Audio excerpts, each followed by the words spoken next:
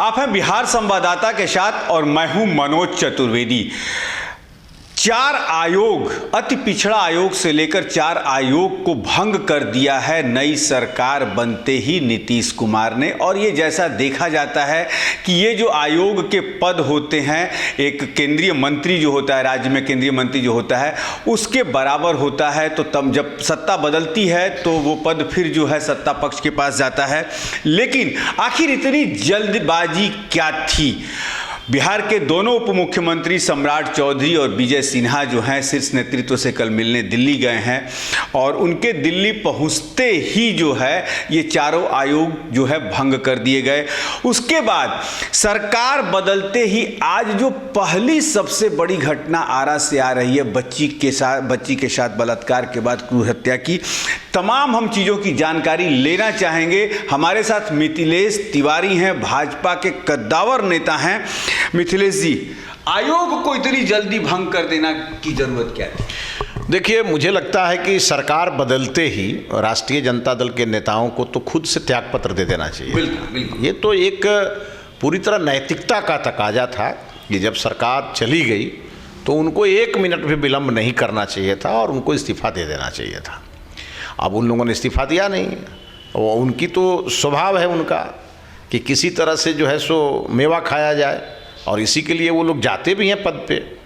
और मुझे लगता है कि इसी कारण बिहार के माननीय मुख्यमंत्री जी ने उसको भंग किया है, बिहार की सरकार ने उसको भंग किया है। तो ये तो स्वाभाविक प्रक्रिया है, इसको मैं कोई अस्वाभाविक नहीं मानता। स्वाभाविक है, जिसकी सरकार रहेगी उसी के हाथ में पावर रहेगा या पद रहेगा। और जहाँ तक बात है, आपने कहा कि विसूत्री भंग हुई, तो विसूत्री भंग होना ही चाहिए था। और ये तो गलती से चले गए थे लोग उनके साथ। उन लोगों ने सपना दिखाया था कुछ और कर रहे थे कुछ और।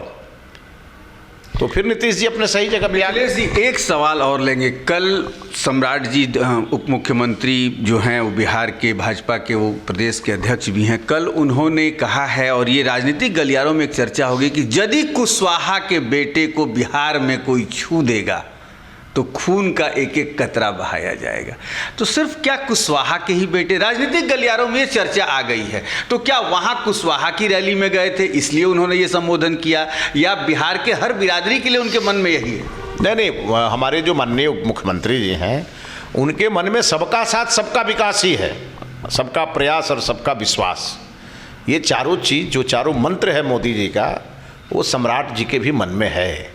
लेकिन चूंकि वो जिनके बीच में थे उनके लिए बोल रहे थे, इसलिए उन्होंने ये बात कहा होगा।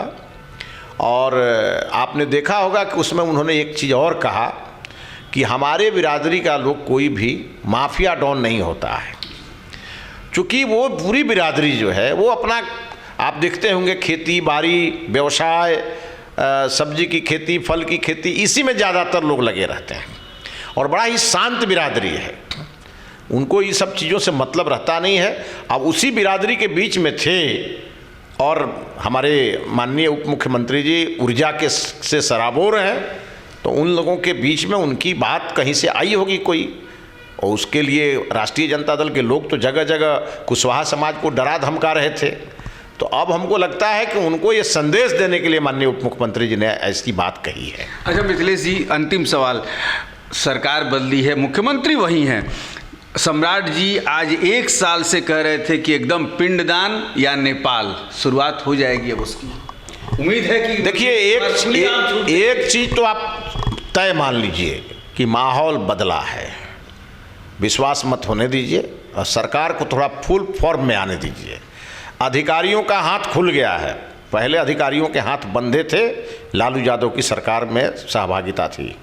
भारतीय जनता पार्टी में आप कभी नहीं सुनेंगे कि भाजपा के कार्यकर्ता या नेता किसी अपराधी को पनाह देते हैं या उनको समर्थन करते हैं। अब बिहार की सरकार पूरी तरह से, आप जान लीजिए, निरंकुश होकर काम करेगी। उसको जो कानून की परिभाषा है उसी के आधार पर काम करेगी। अब इसकी खुली छूट होगी।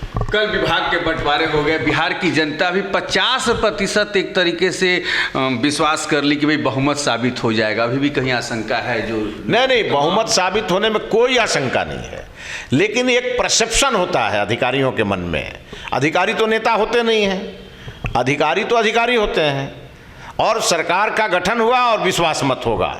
आप देखिएगा जैसे विधानसभा का सत्र शुरू होगा, बिहार में एक बड़ा परिवर्तन आपको नजर आएगा, और वो कानून व्यवस्था में भी आएगा। और एक बात तो तय है, अब अपराधियों को इस बात का भय होगा कि अब उनको बचाने वाला कोई नहीं है। जीतन राम मांझी वाला मामला, क्योंकि अखिलेश सिंह ने कल रात को भी ऑफर किया है कि आ जाइए। नहीं, वो सब कोई बात नहीं है। आदरणीय जीतन राम मांझी जी एनडीए में हैं, एनडीए में रहेंगे, और उनका पूरा सम्मान एनडीए करेगी, कहीं कोई दिक्कत नहीं।